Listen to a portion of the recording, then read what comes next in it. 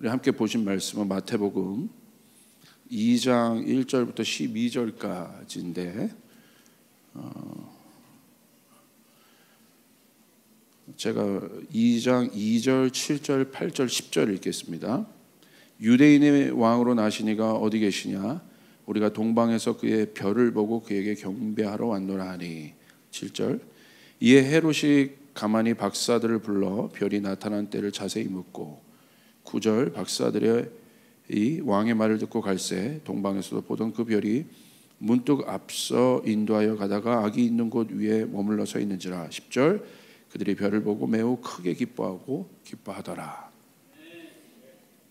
오늘 말씀 제목은 성탄 메시지 두 번째입니다. 진짜 빛 말고는 어두움을 이길 방법이 없습니다. 진짜 빛 말고는 어두움을 이길 방법이 없습니다. 라는 제목을 말씀 나누겠습니다.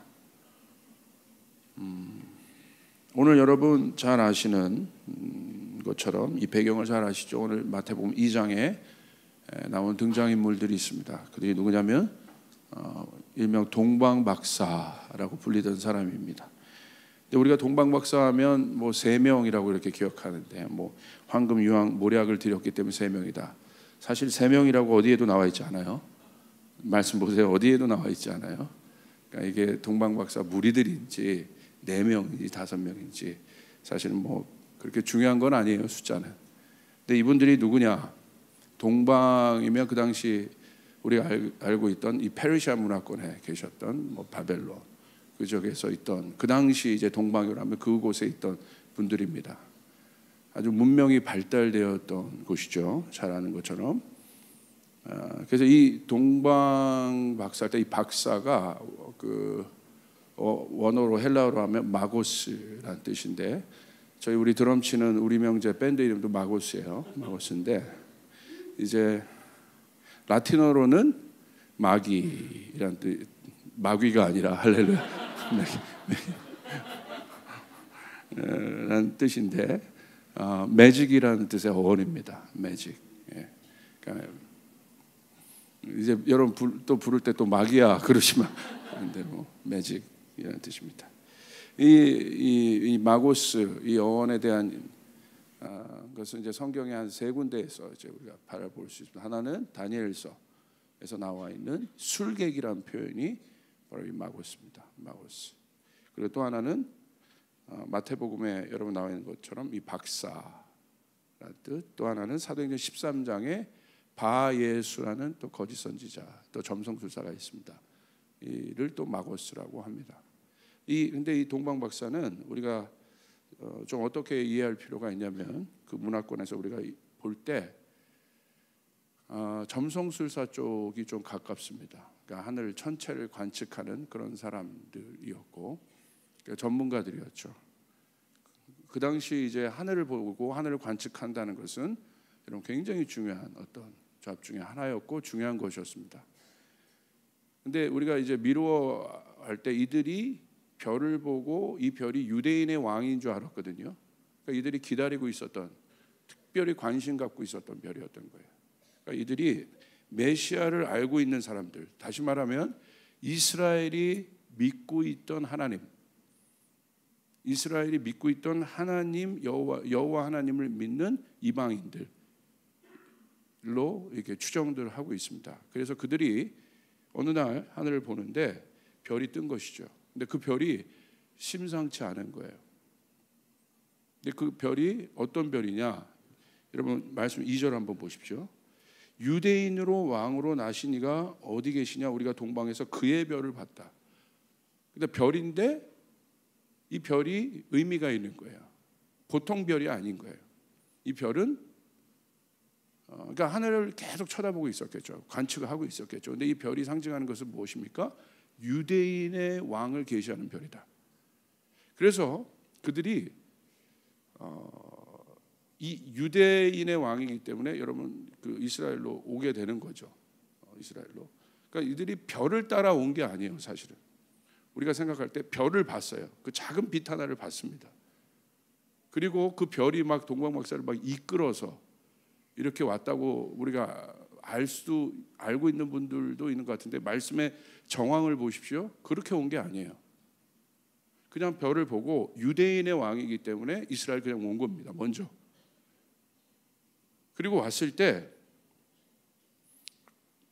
이제 동방에서 그래도 권위자들이 왔기 때문에 그냥 오진 않았겠죠.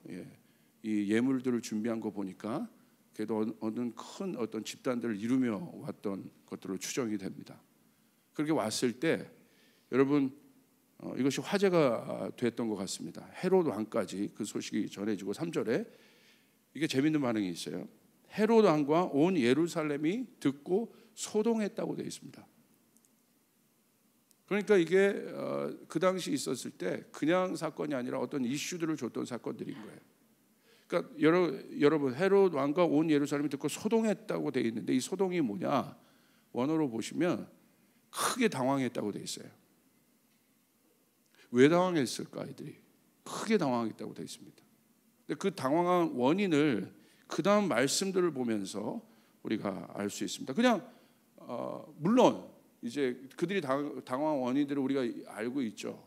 자기 말고 다른 왕이 태어났다고 하니까 우리가 그렇게 되는데 그 정도 차원이 아닙니다. 자, 우리가 주목해서 볼 어떤 말씀인데 4절 보십시오. 그 헤롯 왕이 모든 대제사장과 백성의 서기관들을 모아 그리스도가 어디서 나겠냐 물으니, 자 보세요. 동방 박사들은, 동방에서 온 이 사람들은 유대인의 왕이 어디 있냐고 물으러 왔어요. 우리가 그 별을 보고 여기까지 왔는데 도대체 그 유대인의 왕이 어디서 나시냐, 어디 계시냐라고 물은 거예요. 그러니까 이 말을 들은 헤롯 왕이 몹시 당황했습니다. 그리고 뭐라고 묻냐면 유대인의 왕이라고 얘기하지 않아요. 뭐라고 얘기합니까? 그리스도라고 얘기해요. 이 사람. 헤롯 왕은 서기관들을 모으고 대제사장들, 성경에 능통한 자들, 말씀에 능통한 자들을 모아서 그리스도가 어디서 나시냐, 왕이라고 얘기하지 않고 그리스도라고 묻습니다. 여기서 말하는 그리스도는 여러분 무슨 뜻이겠습니까? 그리스도 여러분 알고 있는 것처럼 구별된 자입니다. 기름 부음 받은 자입니다. 다시 말하면 메시아입니다. 그러니까 여러분 그 당시 왕은 구별된 사람이에요. 기름 부음 받은 사람이에요. 그런데 자기 말고 구별된 자가 있다는 거예요. 지금 자기 말고 기름 부음 받은 자가 있다는 거예요. 그리고 그 사람이 왕이라는 거예요.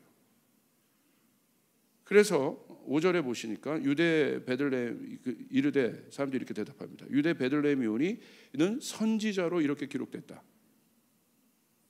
자, 동방 박사는 그냥 찾아왔어요. 별을 보고 유대인 왕이니까 이스라엘로 온 거예요. 근데 누가 실제로 이 일들을 찾기 시작해요? 말씀을 알고 있었던, 언약을 갖고 있던 그 사람들이 말씀을 선포하는데 어떤 말씀을 선포해요? 6절 선지자들로 이렇게 기록됐습니다. 여기서 말하는 선지자는 미가입니다. 미가서 미가의 말씀을 이용해서 구체적으로 지명을 이야기합니다. 또 유대 땅 베들레헴아 너는 유대 고을 중에서 가장 작지 아니하도다. 내게서 한 다스리는 자가 나와서 내 백성 이스라엘의 목자가 되리라. 구체적으로 지명을, 그 이스라엘을 다스리는 통치자가 태어날 것이라는 지명을 얘기한 것은 미가서밖에 없어요. 그래서 베들레헴에서 그 사람이 나올 것이다. 여러분 이 마태가 이 성경을 썼을 때 왜 이 말씀들을 좀 인용해서 특별히 썼을까? 여러분 베들레헴 하면 떠오르는 장면이 뭐가 있습니까? 이런 예수님과 헤롯의 컨셉.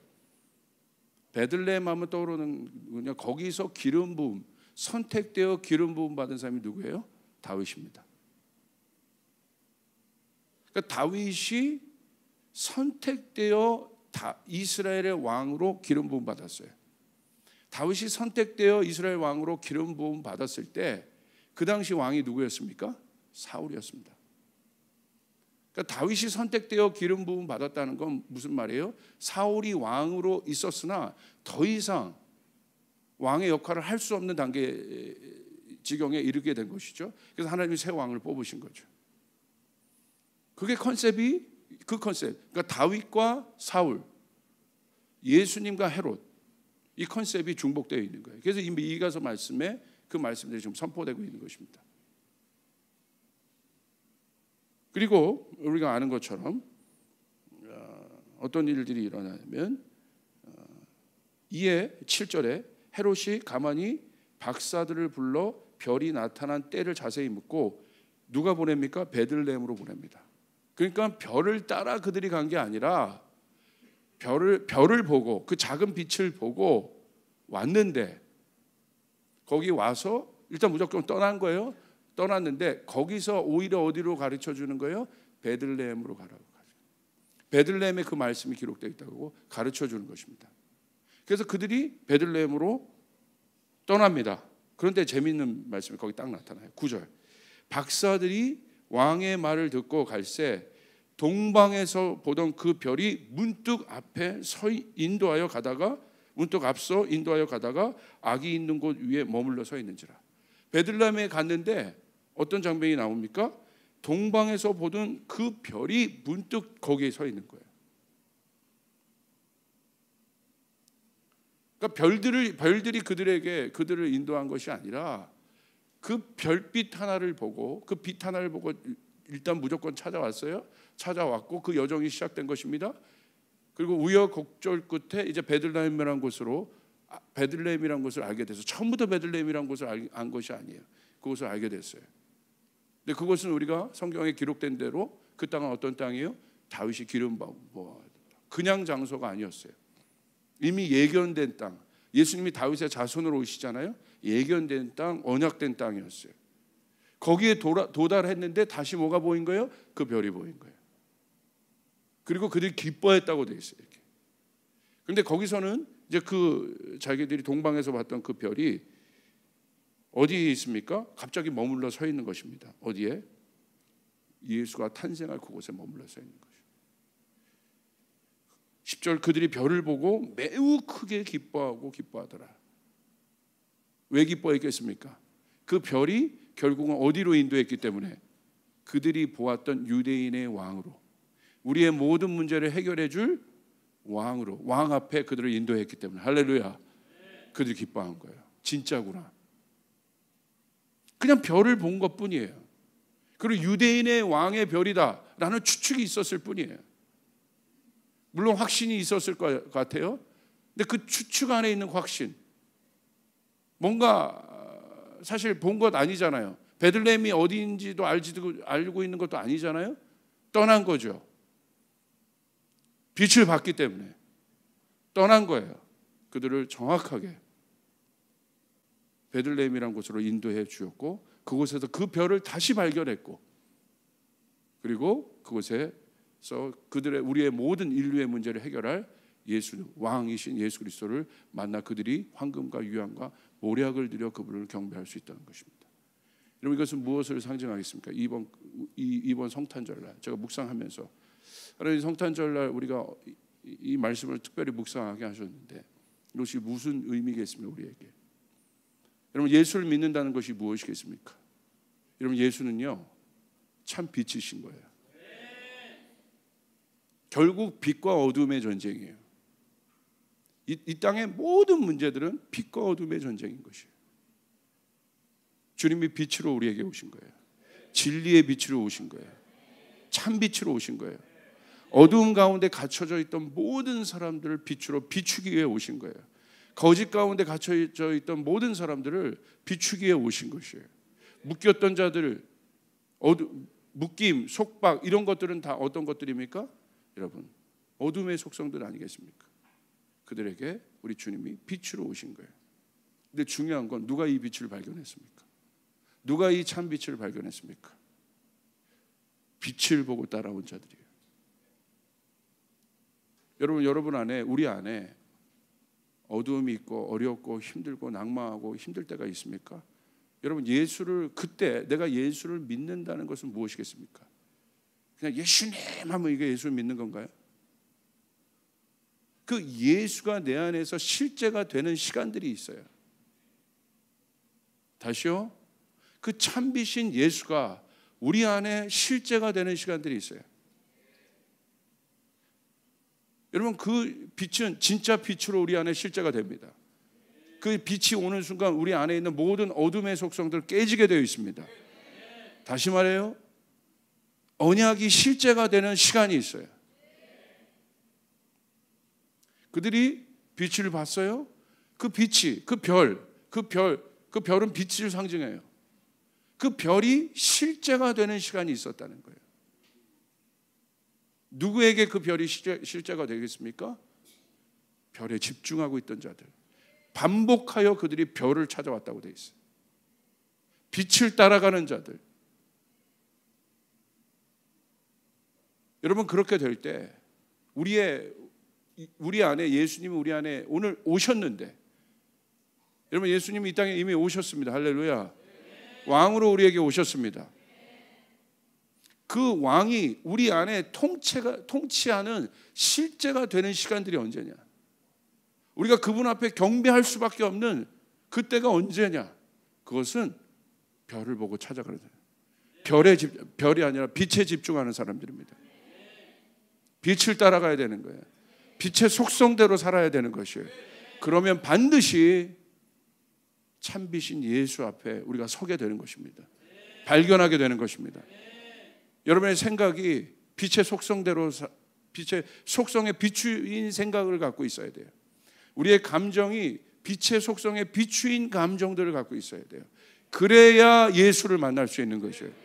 그래야 우리에게 말씀하신 어렴풋이 붙잡고 있지만 내가 붙잡고 있는 참 진리의 빛, 이 말씀이 우리 안에서 실제가 되고 능력이 되기 시작하는 거죠. 한 번에 이루어지는 것이 아니에요. 자꾸 성경을 어떤 이벤트라고 생각하는 사람이 있는데, 동방박사가 그 별을 봤지만 시간을 걸려와서 찾아온 거예요. 그 별이 실제가 되는 시간이 있었다는 거예요. 그래서 그들이 기뻐한 거예요. 와, 맞구나, 이거 맞구나, 진짜. 심지어 헤롯 왕을 통해서 그들에게 알려줍니다. 이게 하나님의 방법이에요. 헤롯 왕을 통해서 그들이 어떻게, 여러분, 그들이 헤롯 왕을 통해서 헤롯 왕이 베들레헴을 보냈어요. 그들이 찾아간 것이 아니에요. 때로는 하나님이 우리의 상황 가운데 이해되지 않는 사람, 이해되지 않는 것들을 이용해서 하나님은 우리를 인도하실 때도 있어요. 결국은 하나님 우리를 인도하실 것이에요. 옆 사람에게 얘기하게, 선포하게, 결국 하나님 우리를 인도하십니다. 결국은 인도하십니다. 아멘. 그래서 기뻐한 거예요. 이 별이 진짜구나. 이 별이 진짜구나. 여러분이 어떤 절망과 어려움의 상황 가운데 있었던 빛이 있습니까? 말씀의 빛이 있습니까? 언약의 빛이 있습니까? 소망의 빛이 있습니까?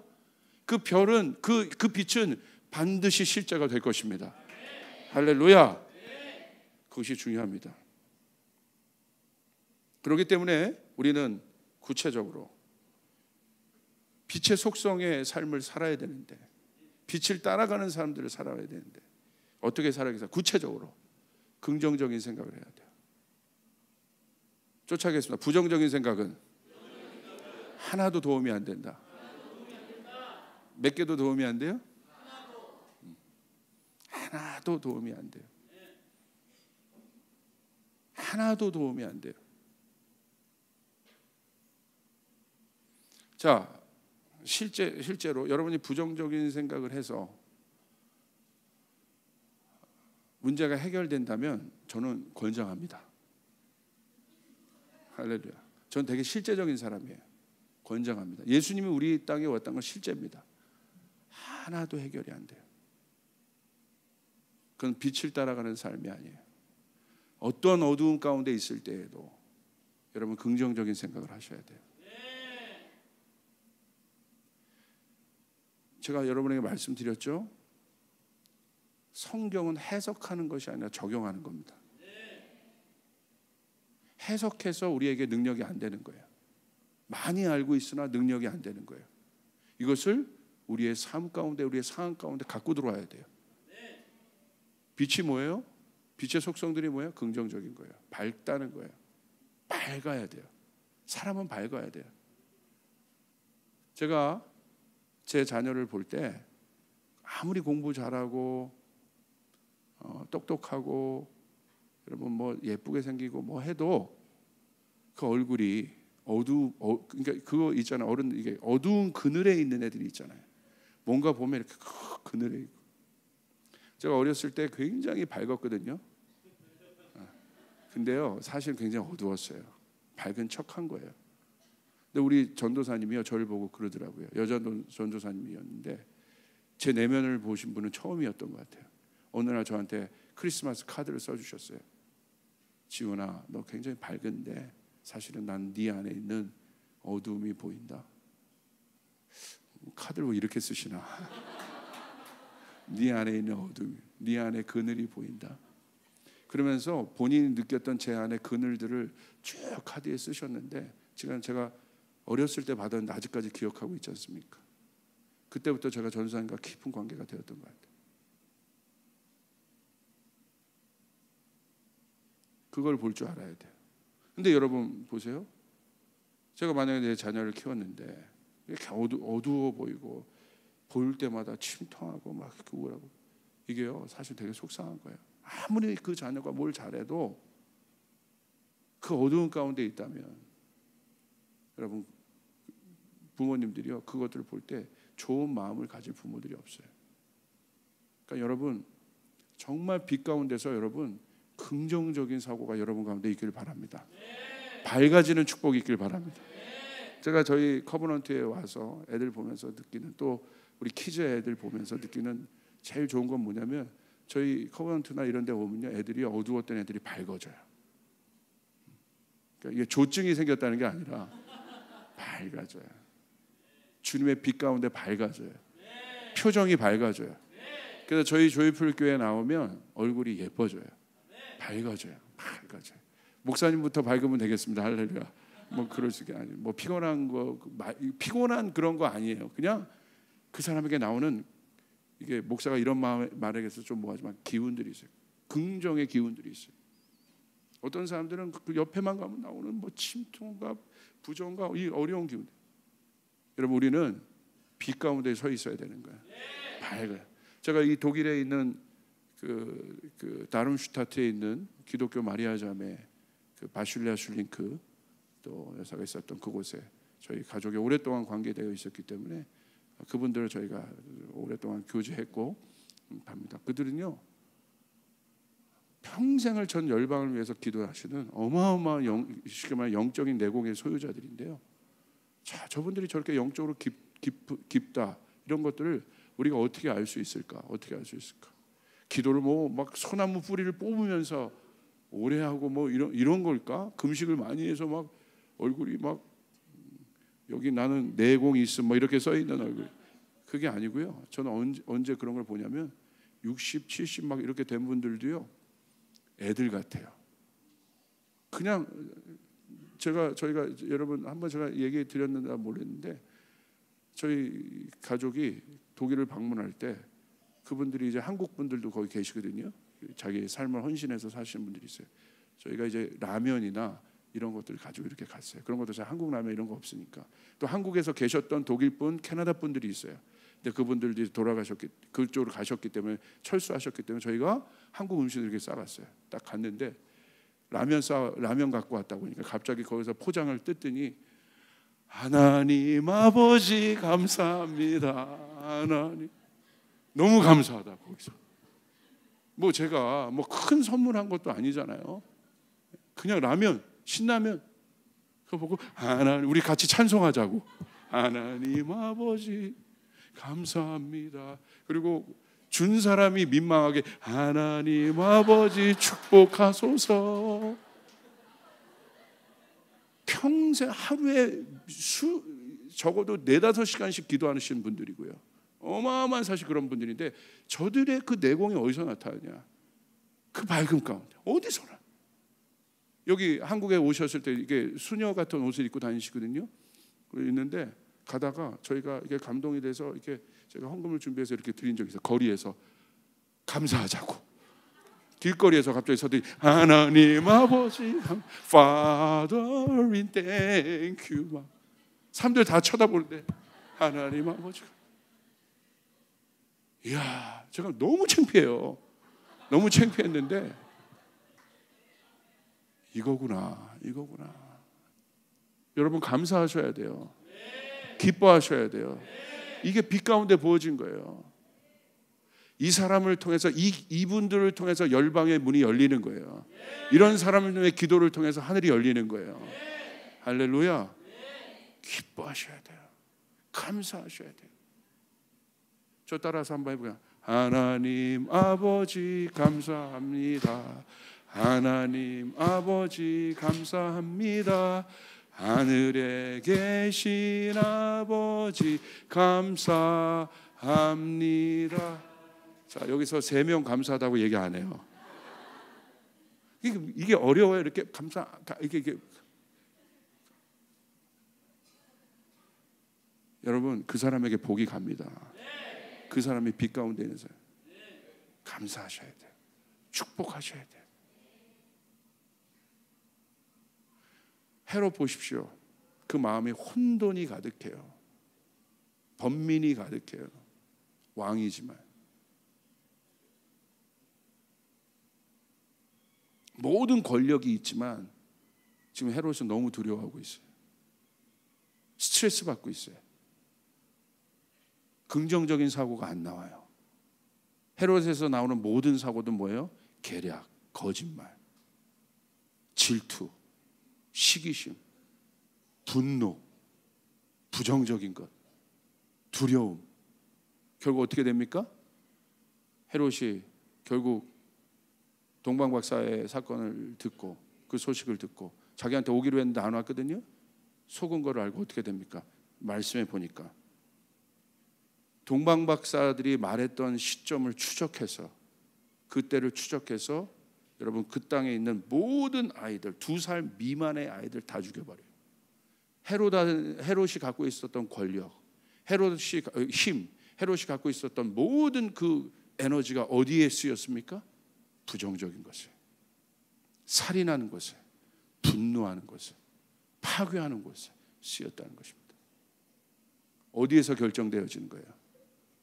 내 안에 빛이 있느냐, 어둠이 있느냐. 더 구체적으로 내가 빛의 속성의 삶을 살고 있느냐, 그렇지 않느냐. 여러분 이것이 중요한 것입니다. 그렇기 때문에 긍정적인 좋은 생각, 감정도 마찬가지입니다. 내 감정이 디프레스되고 어렵고 힘들 때가 있어요.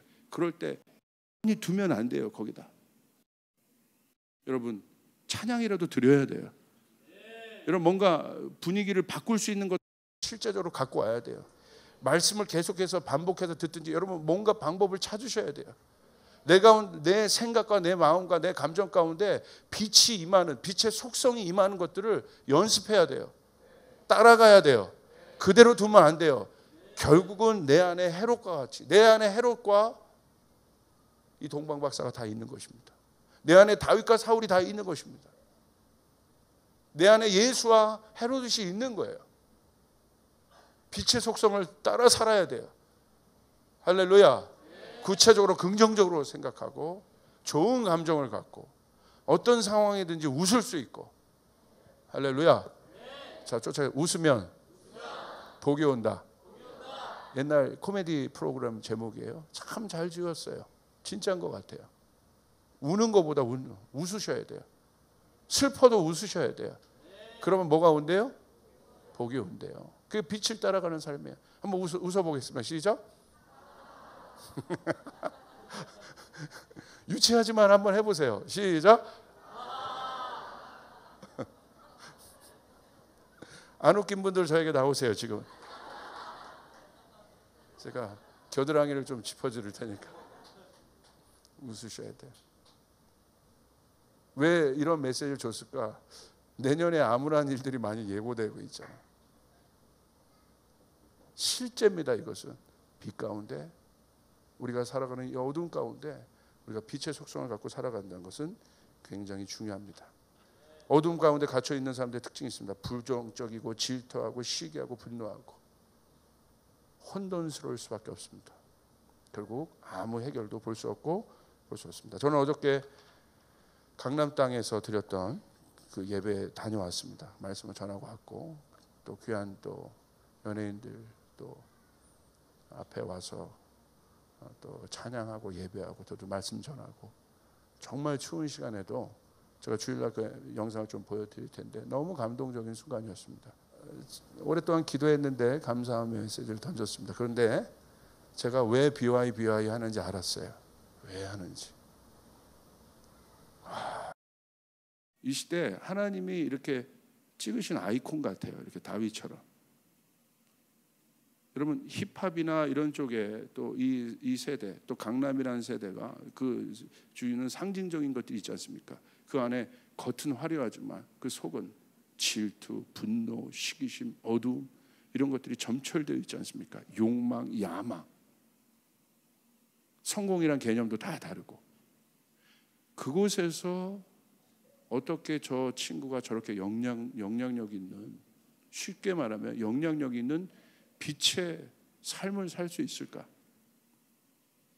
그 빛들을 드러낼 수 있을까? 제가 궁금했어요. 빛의 영향력들을 주잖아요. 제가 그 가사를 보고 깜짝 놀랐습니다. 원래 알고 있었던 가사였는데, 아니 조금 알았어요. 할렐루야.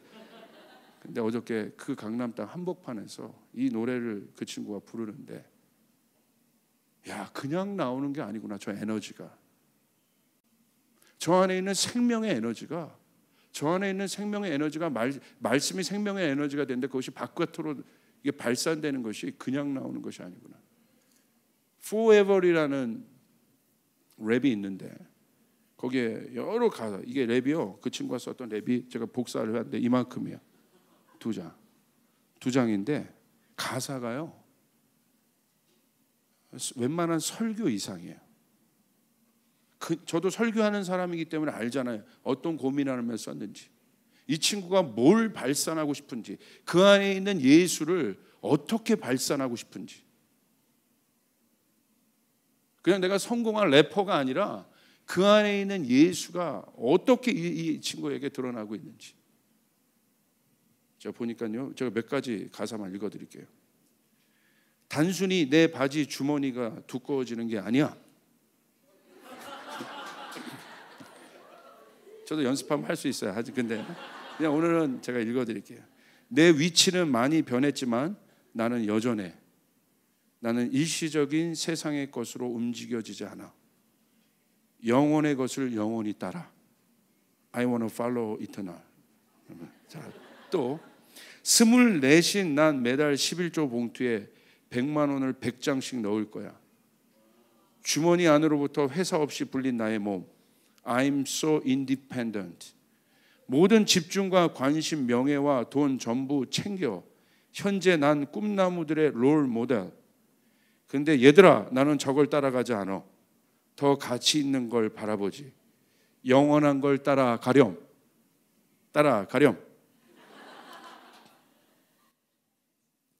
I don't need the 운세 로또. 그리고 또 이렇게 얘기합니다. 무언가를 얻지 못해도 난 걷지 믿음으로. 역시 주님께 맡겼지. 그가 원한다면 가고 아님 말어. 원한다면 가고 아님 말어. 얍. 얍.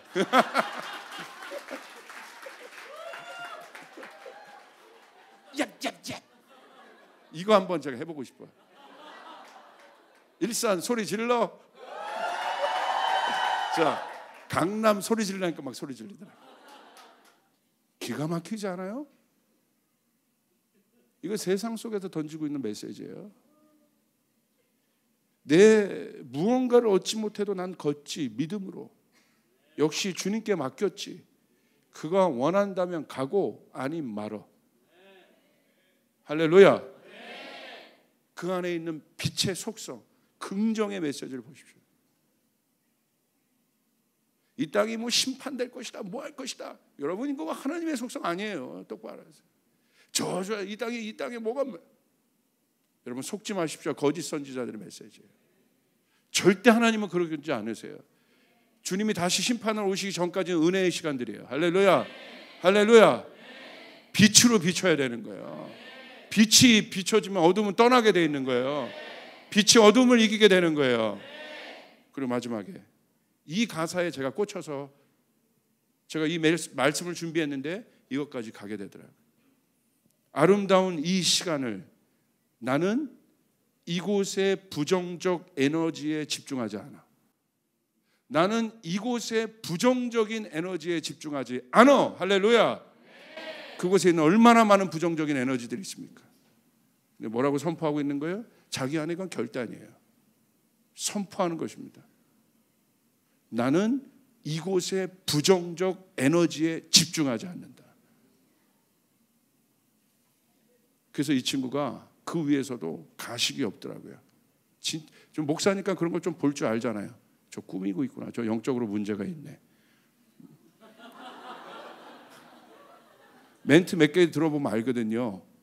교만의 멘트 벌써 이렇게 하고 벌써 나 들어가고 뭐 비교하고 이게 있어요. 교인 들어가도 상담하다 보면 그 멘트 몇몇 날리시는 분들은 조심하셔요. 할렐루야. 벌써 교만한 거 드러나는 거니까. 저도 마찬가지. 벌써 제가 성도들을 존중하는 태도가 없고 이러면 벌써 제가 아무리 맞는 말을 해도 교만한 거예요. 저 그럴 때 가르쳐 주세요. 목사님 요즘 이상해요. 부정적 에너지에 집중하지 않아. 청년들 보면 안타까운 친구들이 있어요. 예수를 믿으면서도 빛을 따라가지 않아요. 빛의 속성을 대로 살려고 하지 않아요. 부정적이에요. 부정적이에요. 냉소예요. 참소예요. 여러분 그곳에 하나님 없어요. 그 사람은 절대 하나님 만날 수 없어요. 여러분 주님을 만나셔야 합니다. 할렐루야. 빛 가운데 냉소적이면 안 돼요. 빛 가운데 부정적 에너지에 집중하지 마세요. 에너지입니다. 진짜 에너지예요. 에너지가 있어요. 바깥에 기류들이 있어요. 사람과 사람 사이 기류들이 흘러요. 이 세상에 그 기류들이 흘러요. 내 가정에 그런 기류들이 흘리고 내 안에 그런 것들이 흘러요. 그때 여러분 빛을 따라가야 돼요. 긍정적으로 섬기고 용서하고 사랑의 속성을 가지고 끝까지 갈 때 그 별은 반드시 여러분 위에 다시 뜰 겁니다. 그리고 여러분 기뻐하게 될 것입니다. 확신으로 이루어질 것입니다. 할렐루야. 우리 옆 사람에 선포하겠습니다. 긍정적으로 삽시다. 저는 조엘 오스틴이 말하는 긍정의 힘을 말하는 거 아니에요. 진짜 십자가를 통과한 아멘. 어떤 상황에서도 내가 기뻐할 수 있는 여러분 그 사람이 빛의 속성대로 살아갈 수 있는 여러분 되시기를 주님의 이름으로 축복합니다. 아멘. 우리 주님께 영광의 박수 올려드리겠습니다. 우리 자리에서 일어나겠습니다.